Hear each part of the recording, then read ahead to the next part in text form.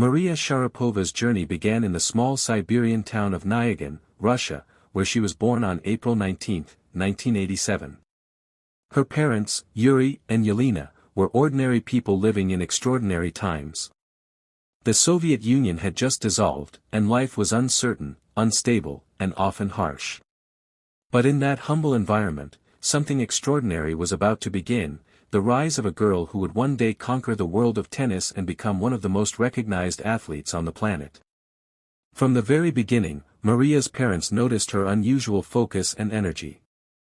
She was curious, determined, and full of life. Her father Yuri, a man of quiet strength, dreamed of giving his daughter something he never had, the chance to achieve greatness. That dream started to take shape when Maria, at just 4 years old, picked up her first tennis racket. It wasn't a fancy racket, it was an old, second-hand one, slightly too big for her small hands. But when she started hitting balls against the wall, her father saw something remarkable in the way she moved. In 1991, the family moved to Sochi, a resort city on the Black Sea, seeking better opportunities. There, Maria began practicing at local courts, and her raw potential became obvious. By the age of 6, she caught the attention of tennis coach Elena Kelesheva, who immediately saw her natural gift for timing and control. Maria's strokes were clean, her eyes sharp, and her desire to improve unmatched. But her biggest break came when she participated in a tennis clinic organized by Martina Navratilova, one of the greatest players in history. Navratilova immediately recognized Sharapova's potential and advised her father to move her to the United States for professional training.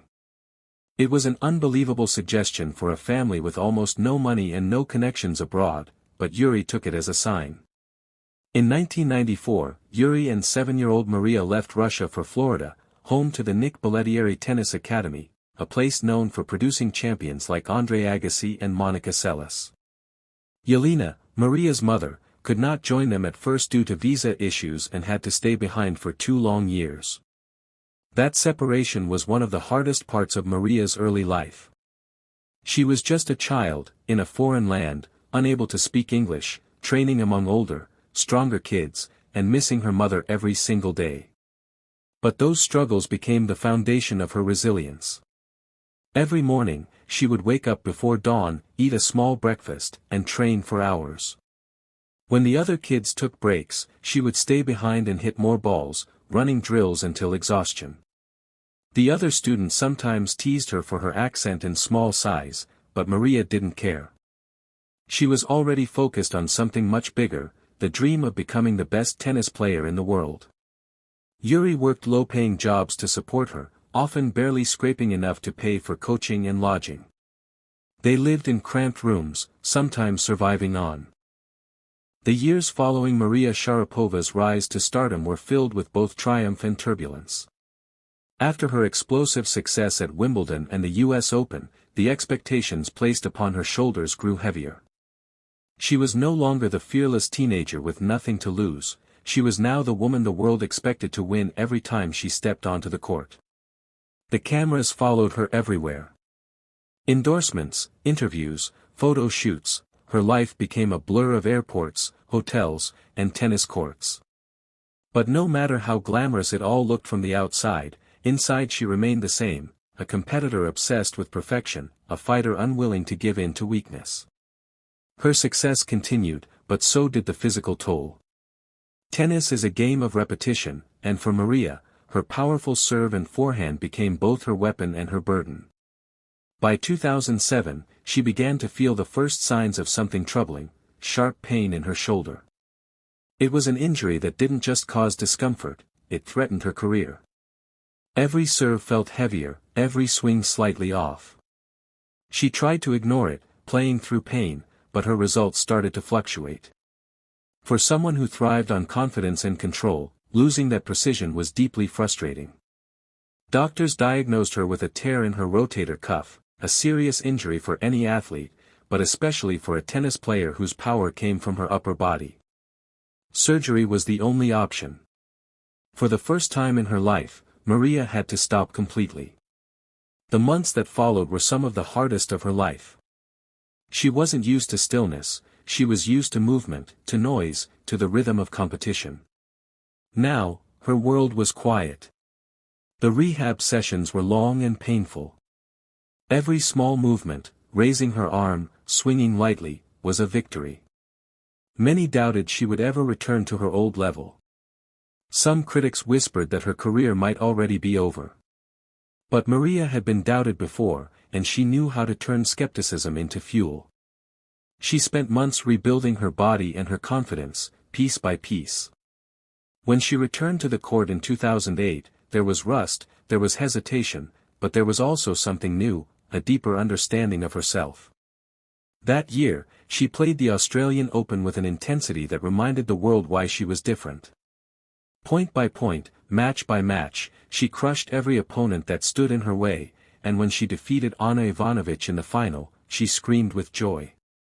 It wasn't just a win, it was proof that she could rise again. Winning the Australian Open marked her third Grand Slam title, but even more, it marked her rebirth. She had fought through injury, pain, and self-doubt, and come out stronger.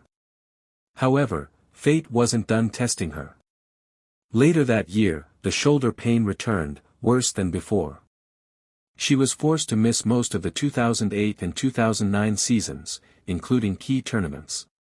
The frustration was unbearable. Athletes live for competition and sitting out. As 2019 unfolded, Maria Sharapova stood at a crossroads in her life and career. The years of relentless training, countless victories, heartbreaking defeats, and physical strain had sculpted her into one of the most admired figures in tennis. But now, the same body that had carried her to glory was signaling that it was time to let go. The pain in her shoulder had become constant, the recovery after matches longer, and the fire that once burned so fiercely on the court began to flicker differently, no longer as a need to prove herself, but as a deeper desire for peace, balance, and purpose beyond the game. She continued to play into 2020, but her body refused to cooperate. Each match became a battle not only against her opponent but also against her own limitations. She tried everything, new rehab methods, alternative training schedules, and mental focus, but deep down, she knew her time as a professional tennis player was coming to an end. The decision to retire wasn't sudden, it was something she had been quietly preparing for. She loved the sport too much to walk away lightly, but she respected it too much to stay when she couldn't give her all. On February 26, 2020, Maria Sharapova announced her retirement from professional tennis. The news sent waves through the sports world. Fans were emotional, journalists nostalgic, and fellow players paid tribute to her incredible journey. She wrote a heartfelt essay for Vanity Fair and Vogue, saying goodbye in her own words, "Tennis gave me a life. I'll miss it every day." Those words captured everything, the gratitude, the struggle, and the unbreakable connection she felt with the game. For Maria, retirement wasn't an ending but a new beginning. After 28 years of living by the rhythm of competition, she finally had time to breathe, reflect, and rediscover herself outside the tennis court. She began focusing more deeply on her entrepreneurial projects, particularly her brand, Sugarpova. What started as a small candy line became a global lifestyle business that reflected her creativity and attention to detail. She was no longer just a player or an endorser, she was a businesswoman, building something of her own from the ground up. Her transition into entrepreneurship was smooth because the qualities that made her great on the court, discipline, focus, resilience, translated perfectly into the business world. She approached meetings like she approached matches, with preparation and precision. She studied markets, asked questions, and made strategic decisions. Sugarpova began expanding into premium confectionery, wellness snacks, and eventually partnerships in health and lifestyle products. Her image, once tied to a tennis racket, now represented ambition, elegance, and empowerment. Outside of business, Maria also began exploring her personal passions, architecture, design, and mentoring young athletes. She attended Harvard Business School for a short program to expand her entrepreneurial